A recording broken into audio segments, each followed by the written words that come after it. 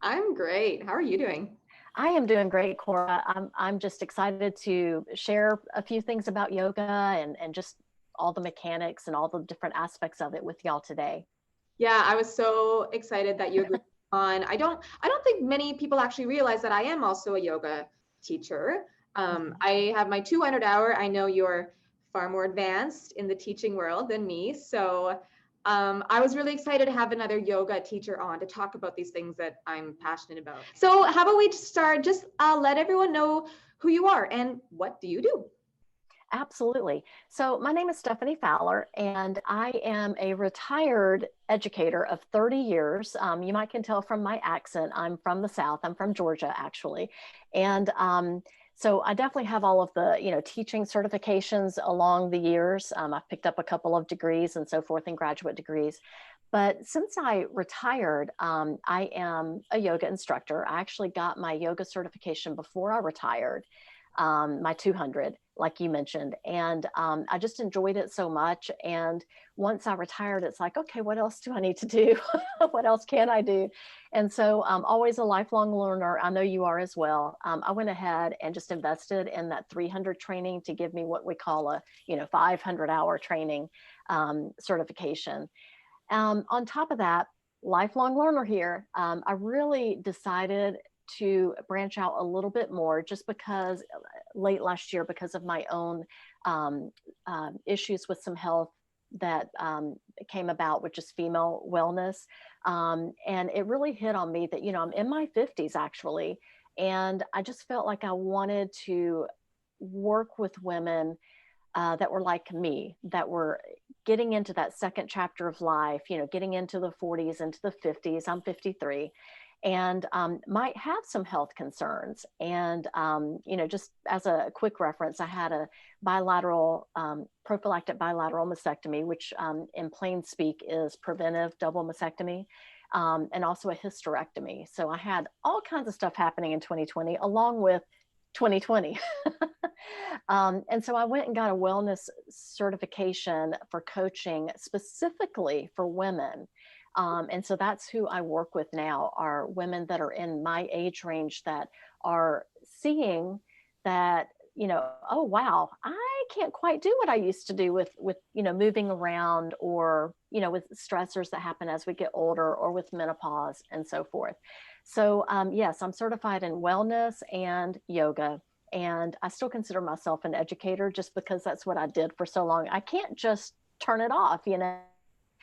So Teacher, anyway, so that's a little bit about me. that's fantastic. So you touched on how we both kind of have this. We realize that there's a bit of an expectation, it seems, or a bit of a stereotype. These pictures that people have in their mind when they think of yoga. And I mean, to be totally fair, until I did my own yoga teacher training, I didn't realize it was more than what I kind of thought it was either. It took really delving into it to realize, holy, like that physical practice that we kind of see, or those pictures on Instagram that we see, that's only a part of it. So I love to ask other yoga teachers, like, what is kind of your definition of yoga? Or for someone who hasn't really delved into it, how would you ideally like to describe what it is? I really go back to my 200 training where, that day one, you really delve in, because I was sort of like you in a way. I had that idea, and I almost did not want to go and do a training, because at that time, I'm 53. So when I got my 200, I was, I guess about 47, 48 ish. So I was already older, and I couldn't do quite everything. I had a lot of stress weight that had crept onto me, as well as, lower metabolism at that point. And so I just made a promised to myself I was going to go through it with it anyway. I felt like my kids at school needed that, because they were doing so well with the yoga. Staff members were coming in that had not tried yoga before. I felt like I owed it to them. So I invested in that training. So I just go back to answer your question. to that, first weekend training. You do it in those, every other weekend trainings, usually with teacher trainings for yoga. And we talked about straight up, first thing was the 8 limbs of yoga. And so it goes back to, part of yoga is some observances of maybe your own behaviors, maybe ways to protect your energy, ways to not harm yourself, ways to be truthful with yourself and others, all of those little observances, I call them. And other limbs, as we know, there is that physical piece, but it doesn't have to be popping up into a handstand. So I'm always sure to tell people that. And then the breathing, that, as we call it in Sanskrit, pranayama, but just that deep breathing, just breathing techniques in general, diaphragm, breathing with that in mind. Concentration is such a good one. And of course, meditation. And of course, whenever I try to name 8 things, I'll forget one. It's like trying to name the 7 dwarves, you're going to name 6, but not that 7th one. But yeah, that's kind of how I describe it. It's not a physical practice at all, in terms of the whole scope of it. That is just one of 8 parts of yoga. So it's, 1/8 of all that yoga is. And that's just how I define it. Yeah. And I think that is what may surprise a lot of people, is that the physical aspect is literally just one part. And I've learned to sort of see it as more of like the observances that you were talking about, like a way of being and believing. And I think the relationship we strengthen with ourself is a big part, so that, no harm, like causing no harm to others, but also to yourself. And so you don't have to get down on a mat and do a pose to be doing yoga. You actually can be doing yoga at any time in the day. Sitting in the bus, you can be doing yoga. Mm-hmm. Sitting in traffic and, you're stressing about being late to work. And it's like, just take that nice deep breath and let your exhale be a little bit longer than the inhale. And it just feels so good. It just really, truly makes you feel so much better immediately. Yeah. And we're going to get into that. First, I want to ask, I love on your website, you talk about, or you say that you help women age awesomely. I just love that. So between, I guess, your own experiences and what you've seen maybe with others, specifically, how can yoga have an impact on our longevity and our health as we age? I think it definitely helps. To speak of the physical practice for a moment, it really does help with your ability to move your body. We could say mobility, we can say range of motion, we can say flexibility, but I just think moving in general, meeting people where they are, and just giving women that have not done yoga before, so many people that do come in touch with me and join, my Facebook group called Women Aging Awesomely. They've not done yoga before, because my group is not called Yoga for midlife women or anything like that. It's called Women Aging Awesomely. So they don't really necessarily know that I'm going to be talking about aspects of yoga. Yeah, they don't. So that's kind of a surprise to some of the women that are joining, especially as I changed the name of my group to Women Aging Awesomely. That just hit me. It's like, oh my God, that's the perfect name. That's what I want to do. And that's what I want to help others do. So yeah. But I do think that it's good to think about maybe a circle or a pie, not necessarily, the 8 limbs of yoga in a circle, but more of just having 4 things, and it being your mind. We stress so much, even as we get older. That stress doesn't stop, because we start thinking about things like retirement, and do I have enough money saved up, and I'm a caregiver now for my aging parents, and so forth and so on. Or okay, my grown daughter needs help. I now need to help her with her grandbaby, that type of thing. So there's all of these things that, you necessarily are not thinking about when you're 20 or when you're 30, but you darn sure start thinking about it as you get older. So I like to incorporate the idea of it's yoga being a mind, a body, a breath, and even a spirit connection, whether that is a religious or whether it's more spiritual, what more universal, whatever you want to call that. And so I do think that that helps us as we age, because it can be so gentle. All of those things, so gentle, you know, allowing breath and just focusing on your breath, allowing gentle movements, just any of those things. All of it is so gentle. And I think that that's wonderful in terms of women aging awesomely and just getting people into that practice. So many women that are coming into my group and discovering that, yes, I do teach yoga as well as coaching with wellness. They're like, you know, I've never tried yoga before. I've always wanted to try, but, you know, I didn't think I was flexible enough. I know you've heard that before. No matter what age, you'll hear that on occasion as a yoga teacher. Or I need to lose some weight first, you know, and yoga can help with every bit of that. Stress reduction, helping you move your body, just all of the things. So yeah, it's great. And that's just how I describe it. Yeah, and I mean, there's so many studies that connect having a spiritual practice in some sort and the psychological parts of our health, like a healthy relationship to self, all those things that practicing yoga can help us with. There's connections between those things and longevity. I think so too. And, you know, in fact, like you mentioned studies, and you were absolutely right. Like even Johns Hopkins, Harvard Health, you can just, you know, do a Google search and see the research on how yoga can be so beneficial.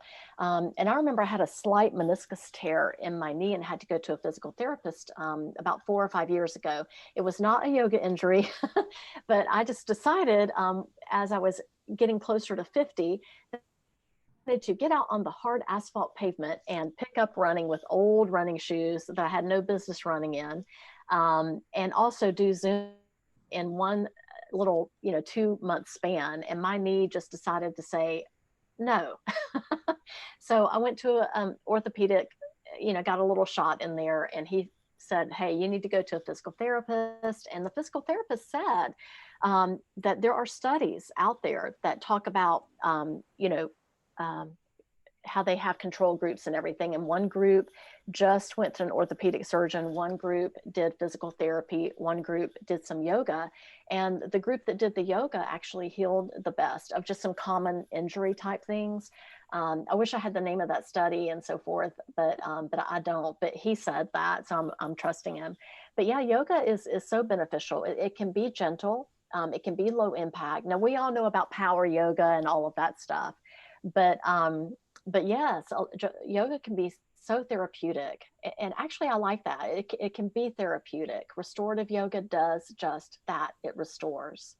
Which is also such an important element of health. Like, you know, as a health coach myself, it's all about the three-dimensional health. It's not just about the physical, it's not just about the food, it's not even just about the exercise.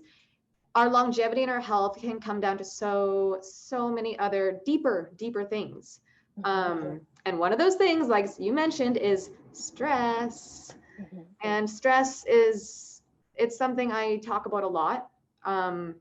So that being said, it's said that stress is not just, you know, mental. It can live in our bodies. Yes.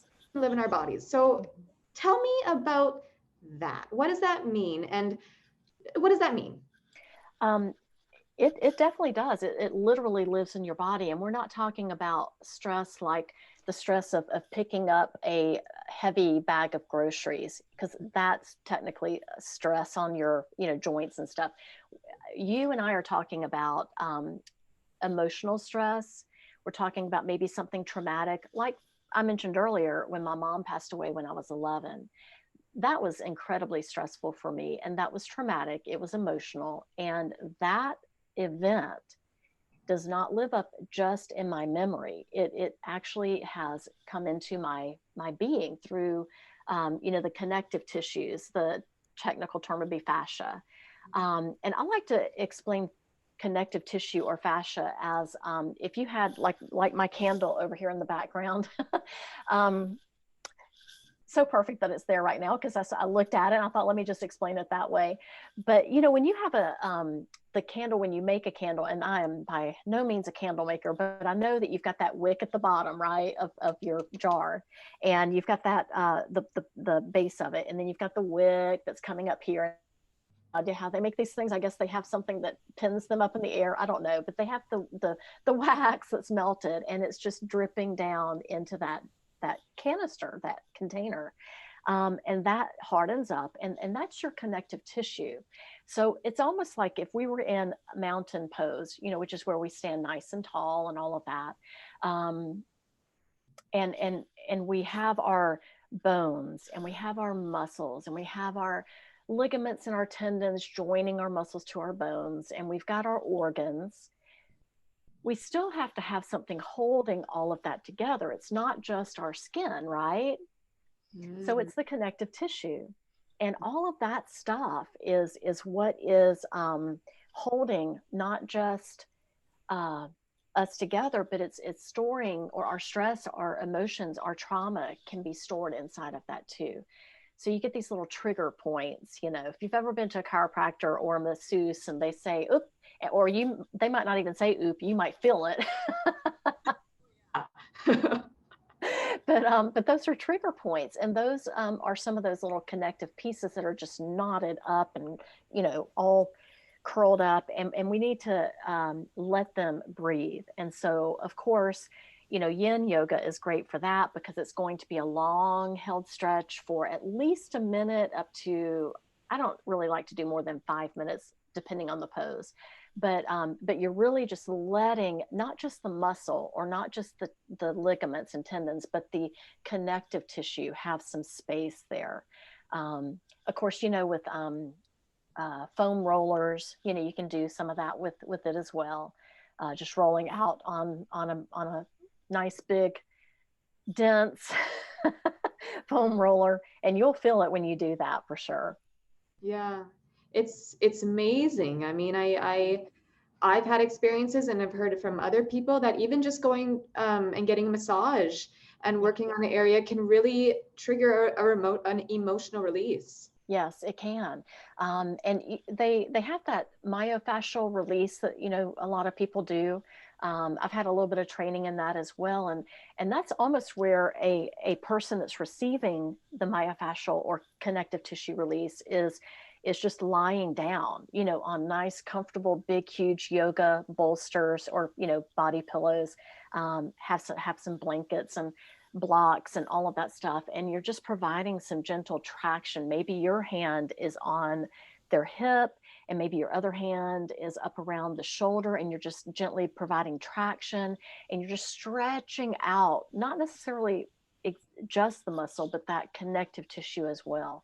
And that's, I want somebody to do that to me right now. That sounds amazing. I know it does. But there's a gentleman by the name of John Barnes. One of my 300-hour yoga teacher talked about him extensively. And he was a physiotherapist, or is a physiotherapist. And he created this technique called myofascial release approach. And he's trademarked that. People call it, you know, MRA or MRT for therapy for short. But it's wonderful. And there's just a lot of evidence that really does, like you said, studies about different things with yoga, but in particular with connective tissues, that there's evidence that we have emotional stress. We have that trauma, just those stressors that live inside of our body, not just up in our brain with our memory cells, but in our connective tissues. Yeah. It can be hard to get your head around a bit, but it's so fascinating to really realize that those things literally are in us. So then what do you think are the implications or the negative side effects if we're not letting those unprocessed stressors in our body, if we're not releasing them? What's bad about that? I think a lot of things can be bad about it. And, you know, it might just be a therapy session with the health coach like you, or a wellness coach like me. It could just be that, and maybe talking things out, because that is a way to release. But physically, we can do this, as we just had our discussion with things being in our body and needing to move. I know walking, can be therapeutic. It can be mindful as well. But I think that long held stretches that are done by the guidance of somebody like you and me that are yoga teachers and was certified in this can really help release things. And I think if we don't do that through physical modes or through a therapy session, through a health, session or something, I think that you're just going to have stress on top of stress on top of stress, and that's going to impact you. We know studies show that stress does cause a lot of things, your high blood pressure, heart disease in general, high blood pressure just being one of them. But so many other illnesses are caused by stress as well. And it does impact your health. It just almost makes you feel like you're small. And what yoga does is allow you to expand your body. Ah, I love that. Mm-hmm. That is, yes, absolutely. Stress, it can make us feel small because it can make us feel like there's something constantly weighing us down. Yes. Yes. It's that emotional weight. It's just, honestly, it does make you feel small.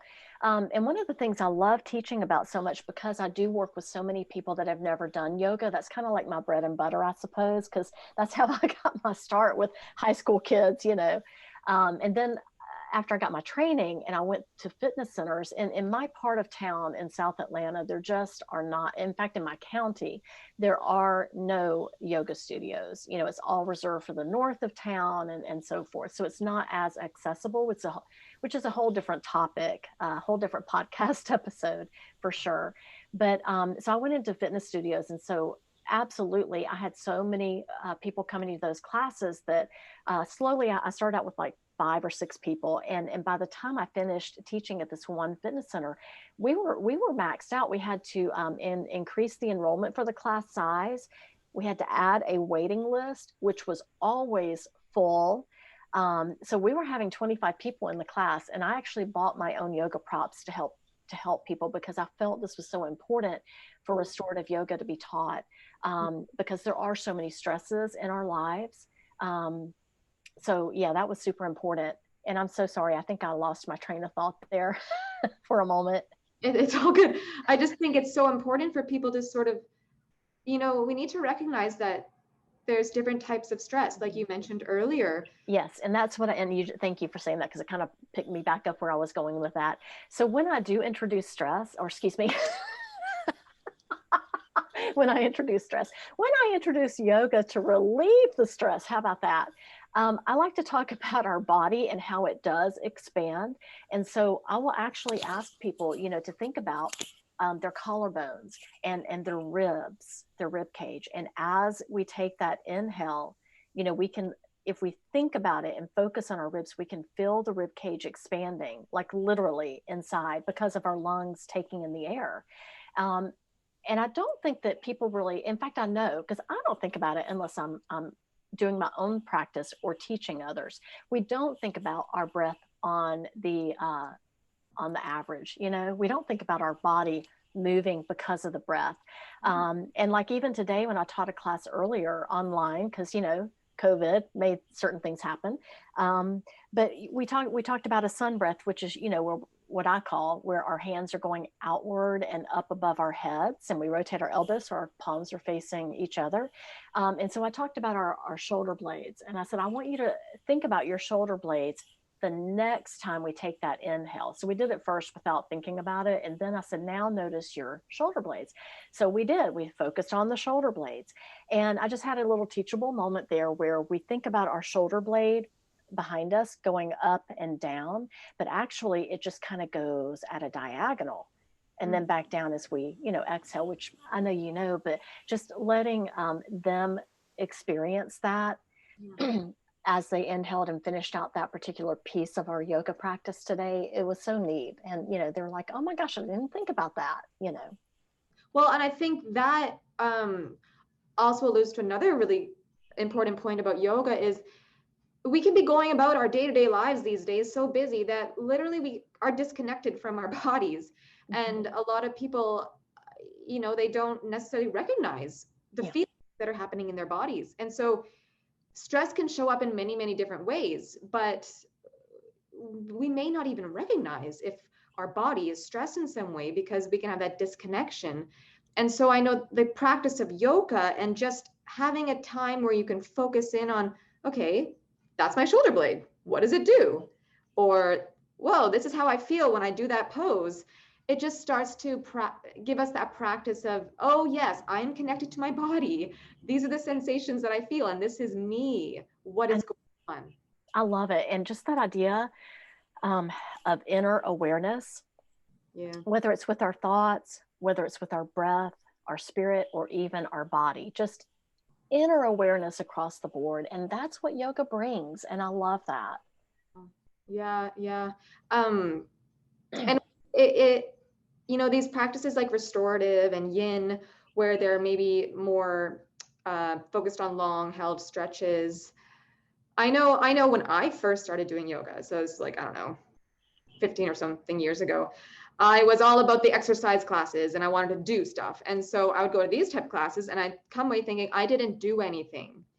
But I just like, I want to scream it at the top of my lungs that like, you are doing so much in those practices because you're letting your body get rid of those things that are held on. But it can feel like you're doing nothing, but we're doing so much. Our bodies are doing so much in those moments.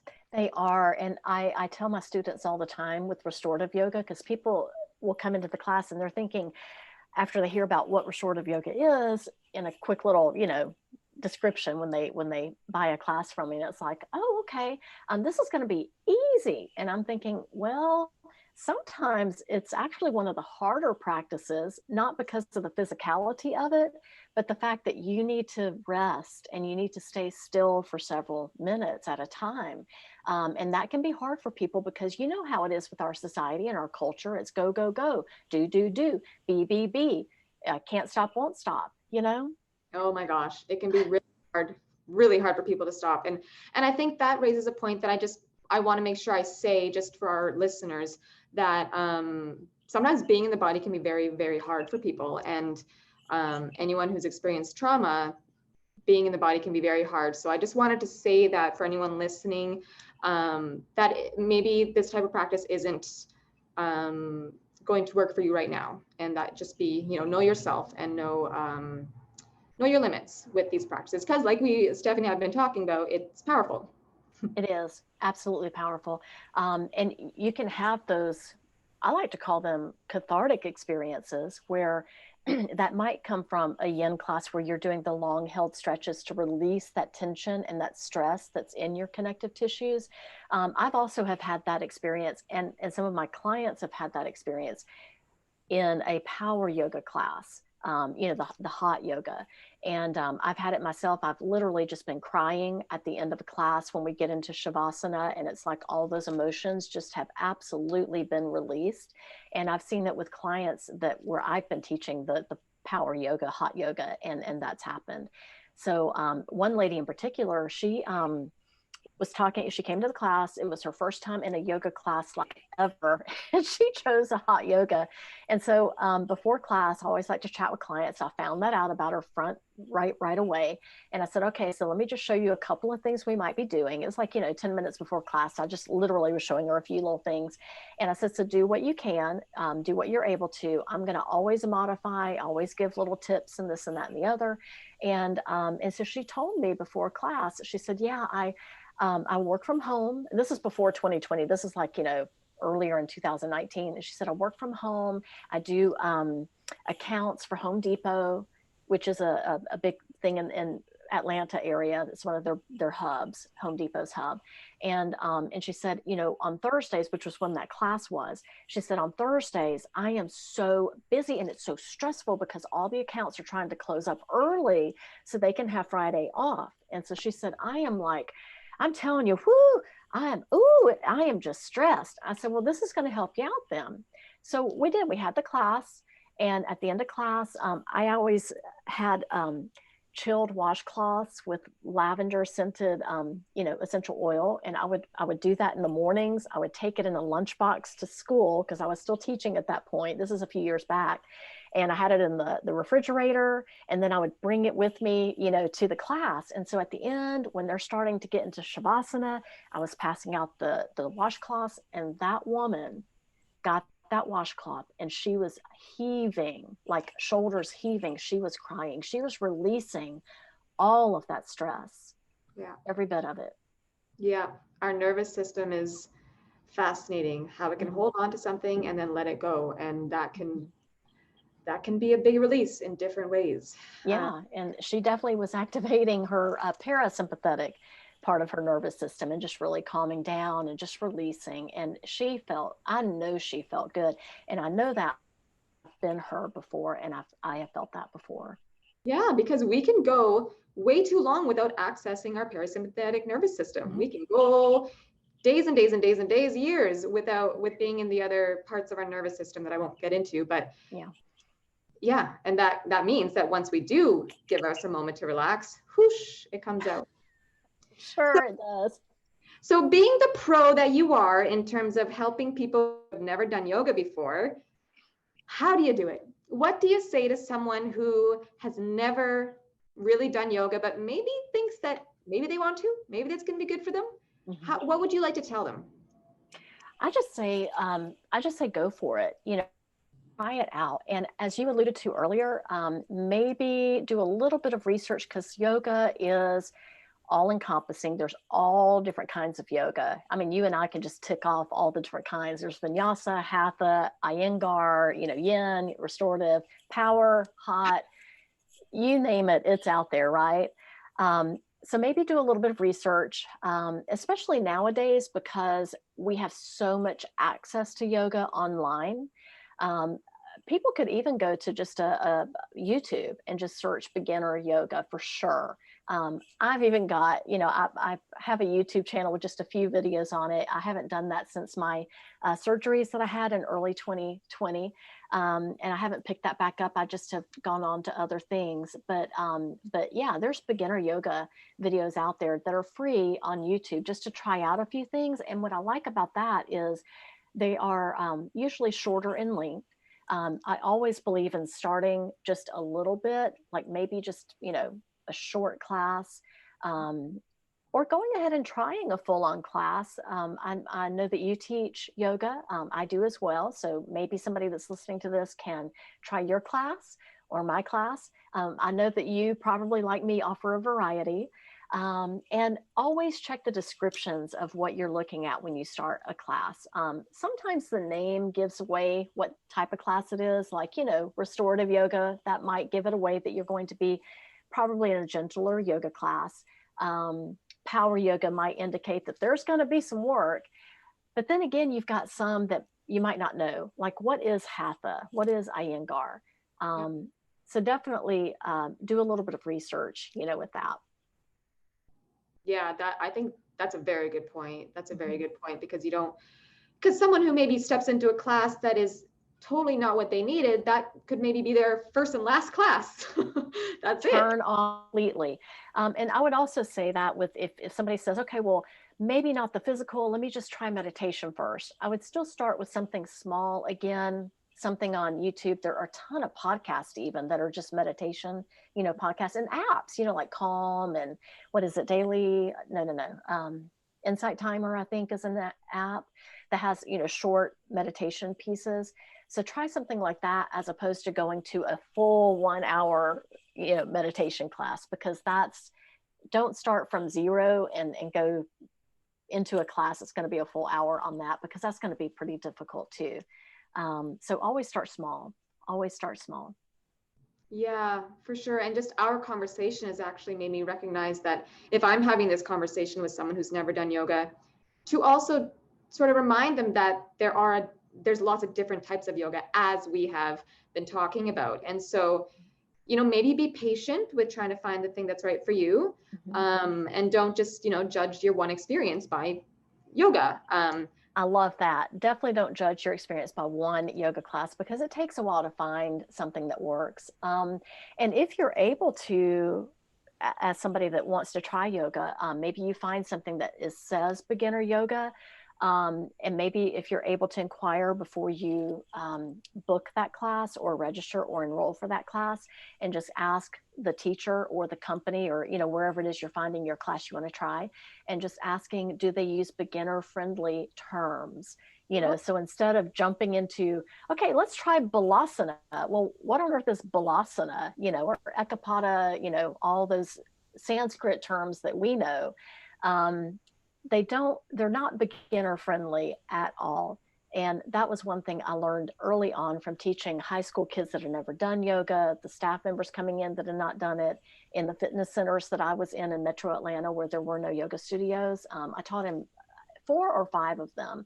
And just pretty much would talk about it sort of being like Twister, where I would be talking about where to put your foot and so forth and so on, along with giving modifications before I ever went into what might be considered a full expression of a pose for what I was doing for that purpose of that class.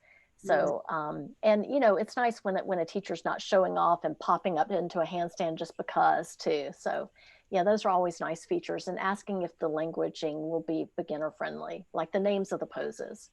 That's a really good question to ask for sure. And I think another thing is knowing that beginner doesn't mean easier. No. You know, I think there's a vocabulary shift that we need to have in many elements of our life. But yoga is one. And because what we've talked about is, we've said the body is working in even those, what maybe on the outside looks like a easier or beginner pose, the body is working and doing things. And yes. You know, there's no shame in I go to beginner classes and I'm a yoga teacher, because even in those beginner classes, it's going back down to the basics and letting my body just kind of get back to the form and get back to the inner workings. And there is nothing shameful about anything that's to do with beginner in yoga. I love it. I absolutely love it. And, you know, your journey is your journey, whether you are a beginner, whether you're 20 years into the practice, there's always something new to learn. So in that respect, you can always be a beginner at yoga, you know? You could totally think of it like that. So once you've gotten comfortable, try something else. You're going, you know, like I said earlier about myself, and I can tell you are too, we're lifelong learners, and be curious, lean into that curiosity about yoga or about anything for that matter. Just lean in, do your own Googling, you know, it's free for the most part. So yeah. Yep. Fantastic. This has been so fantastic. Just to end things off, just make sure, tell us where we can find you, and tell us about maybe your Facebook group or what you offer. Oh, for sure. So again, my name is Stephanie Fowler, and a lifelong learner and lifelong educator. So you can find me on Instagram as Women Aging Awesomely. I have a podcast, Women Aging Awesomely. I know you're picking up on the trend here. And also I have a Facebook group that's free, and it's Women Aging, say it with me, Awesomely. I love it. Thank you. It hit with me, and I thought, that's what I want to do. That's what I want for myself. That's what I want for women. And it's funny because I was doing research for an article one time that I wrote. It's posted in a website called Medium. A lot of people post, you know, articles and blog posts or whatever you want to call them there. And it was on 3 ways or some simple ways to relieve joint pain. And so I was talking about, you know, midlife, and I just happened to Google, because everybody always thinks of midlife of being in your 50s. Maybe your 60s. You always think about it when you're retiring, being midlife or whatever. But to be honest, midlife is more around the age of 37-ish, 38, because the average lifespan of women in the United States, according to the study that I looked at most recently, you know, was like 78. So you break that down, it's like 37, 38 years old. So if you are in that midlife, 37 or 38 years old, then yes, come on into my group. Absolutely. I'm going to have all those links that you just mentioned in the comments below and everywhere. So make sure you go check out Stephanie at all those places that we just talked about. Well, great. Well, thank you. Thanks so much, Stephanie. This has been fantastic. Thank you for offering all that you know and have experienced. I think it's a real inspiration for a lot of people.